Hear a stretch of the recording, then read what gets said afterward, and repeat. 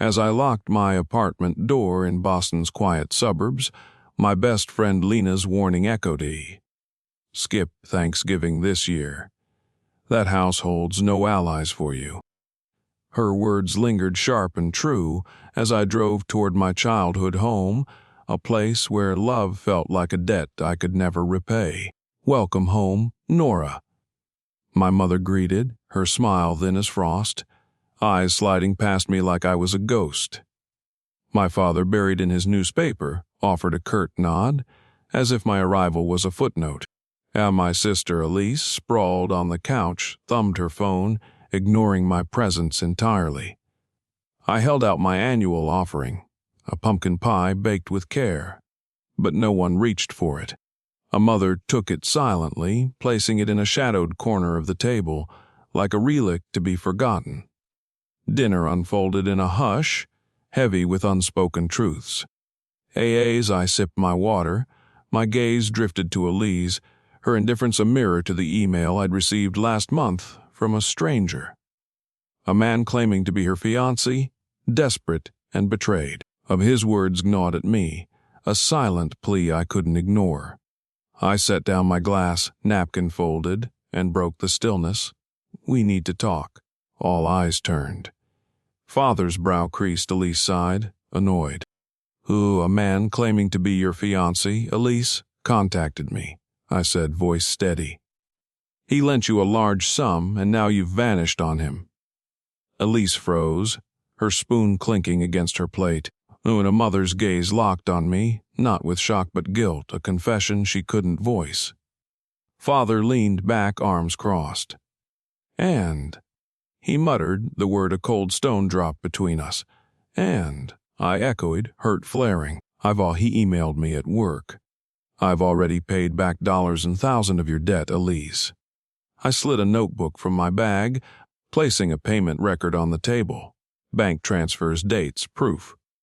Elise glanced at it, smirking faintly. He gave me that money. His mistake getting all worked up. Her casual cruelty stung, but I pressed on. This isn't new, Elise. Your gambling debts, the online casinos, I've paid those too. Did you think I wouldn't notice? She shrugged, untouched. Nobody asked you to. I don't owe you. The room went silent, the truth laid bare by those papers. Then Father slammed his napkin down. You're no longer family. Get out. His words sliced through me. I'd paid more for their home than anyone, yet I was the exile. All you do is hurt Elise to feel important, he spat. Mother stared into her soup, mute. Elisa's smirk lingered. Understand, I said softly, slipping on my coat, pie in hand. As I opened the door, Father's voice followed. We never counted on you. Lena's warning rang true. I hadn't run. I'd drawn a line. At the morning after Thanksgiving, I sat at my desk, coffee steaming, staring at the mortgage portal I'd checked it for a decade.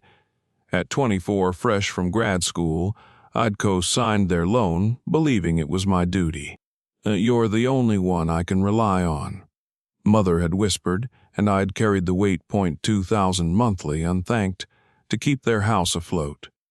I covered utilities, car repairs, Elise's debts, all to belong. But their vague holiday invites and missing seat at the table told another story. I was their invisible spine, discarded when I asked for truth. Last night's rupture changed me. I opened an email from Lena, a lawyer, with a draft to release me from the mortgage's grip. Act on law, not emotion, she'd written. I filled out the template, each word a step toward freedom. A subject request for release from loan guarantee obligations. I uploaded it to the bank's portal, heart stirring with guilt but steady with resolve. 10 years, $40 thousand. 80% of their mortgage borne by me. No more. Well done, Nora. I whispered, a quiet affirmation. Lena called that afternoon. You sent it, she asked. Just now. Her voice softened. That changed your life. Rest easy. I leaned back, chest heavy but lighter. Guilt's a habit, Lena said. You're breaking it. She was my anchor, the only one who saw me clearly. Your mom's silence last night? She's always been complicit, she added. I nodded. I'm ready to break away fully. Christmas approached, Boston aglow with festive lights. But a red envelope in my mailbox shattered the calm. A Christmas card from Mother, masking a demand, mortgage payment overdue. Please fix it. A bill wrapped in holiday cheer. My phone buzzed with their calls, blocked numbers, and Mother's Facebook post. Helping family is second nature. To turn cold after 10 years is heartbreaking. Comments from strangers judged me, blind to my sacrifices. I didn't defend myself. I was done giving them my energy. A bank notice arrived, 30, day delinquency, risk of foreclosure. Lena reassured Meeg, your release is processing. A Thier posts the guilt tripping. It's noise. You didn't break their world. It was already broken. Her words steadied me. A college friend called soon after, relaying Elisa's licing. I was the cold sister who'd abandoned them. An anonymous Instagram message sneered, you preach helping others. A joke. My curated profile hid the truth, years of pain unseen. But I slammed my laptop shut, but a photo caught my eye, Lena and me at graduation, a banner behind us proclaiming, the future is yours to choose. I understood now. The future wasn't owed. It was built. I stood, resolve hardening. No more living in their shadow. In January, I visited Lena's Boston law office, its elegance a quiet strength. They're escalating, she said, sliding papers toward me. Online defamation, false mortgage reports. This cease and desist letter demands they stop all contact. I signed. Nora Bennett, feeling a shift. I wasn't just protecting others, I was claiming my dignity. Alina sent another letter to confirm my mortgage release and archived their harassment. Posts, messages, lies, their responses came quickly. Elisa's Instagram stories, Jabeg. Some people are ice cold, not family. Lena reported them, and Eliza's account went private. Mother sent a letter. Elise has issues, but don't shut us out.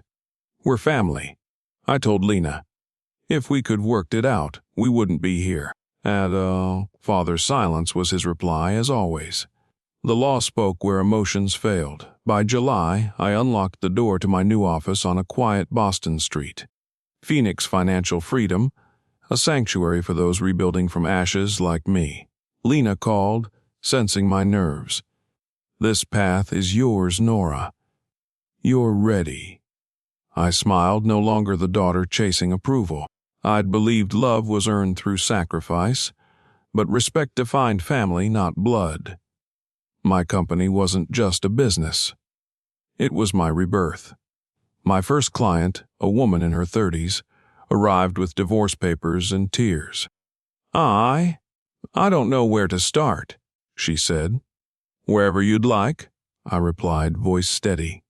Here, you're the story. I'd once crumbled under others' pain. Now I stood beside it, unshaken. An email from Mother arrived that evening. I hope you're okay. I archived it unopened. The past was recorded, not ruling. Lena visited, coffee in hand. You made it, she said. We sat watching dusk settle, my company's logo glowing on a card. What now? I'm taking back the time I lost, I said, and building for me. Later, I heard whispers of my family's collapse.